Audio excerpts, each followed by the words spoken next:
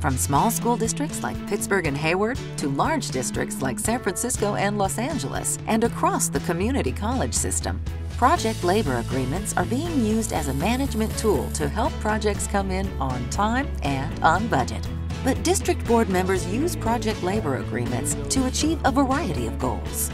One of the main goals of the PSA for me personally was quality, to ensure quality. Our projects now are coming in under budget, and so we're very happy that this has been a good system for us. I personally am very interested in making sure that public dollars are spent in the most responsible way, and for me that means on the best jobs that have the best benefits. It was a combination, I think, of our philosophy as a board as well as our business judgment. Philosophically, we believe that local tax monies should help to support the local economy and should support good wages. In a town like Hayward, a lot of the workers that are working on these projects have children going to these schools. They wanted to see quality. They wanted to see good use of taxpayer dollars.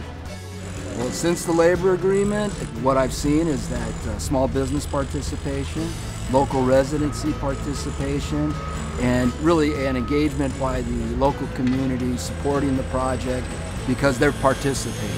We need to make sure that money stays locally, that it gets reinvested in our community, and we want to make sure that our projects are delivered on time and in a fair manner.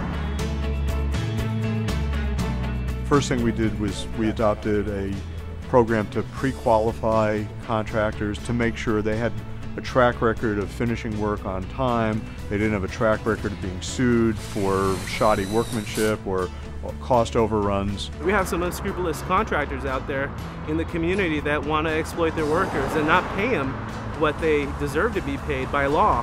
What PLAs provide for is a mechanism to make sure that enforcement ability. So you have in California prevailing wage law that you pay essentially the union scale to the workers whether they're union or non-union.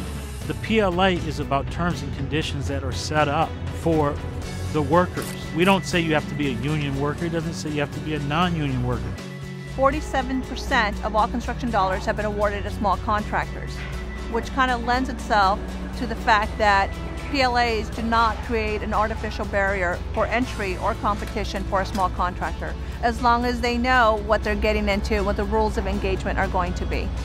We just didn't want anybody to be able to say that this was restricting competition in any way, because competition translates into better use of dollars. When you're dealing with construction, the worst thing you can have is delays. PLAs are designed to make sure that we have a good workforce in place that can deliver the projects on time. So it's sort of protection all the way around to make sure your work proceeds under all circumstances and it's stabilized. When I was elected to the board, we were dealing with a disaster, a project at Skyline College. They went with the cheapest available contractor who cut corners, and the work was substandard, and basically that was a building that had to be torn down and rebuilt. I'll tell you from other cities and other entities that did not have a PLA in place, or maybe it wasn't enforced. You've got shoddy construction projects that have been delayed. You get labor that walks off the job site for whatever reason. What you learn is you got to look beyond just who's coming up to you with the cheapest kind of lowball price and look at quality. Show me districts that have discontinued using project labor agreements that have been using them. Show me the failures.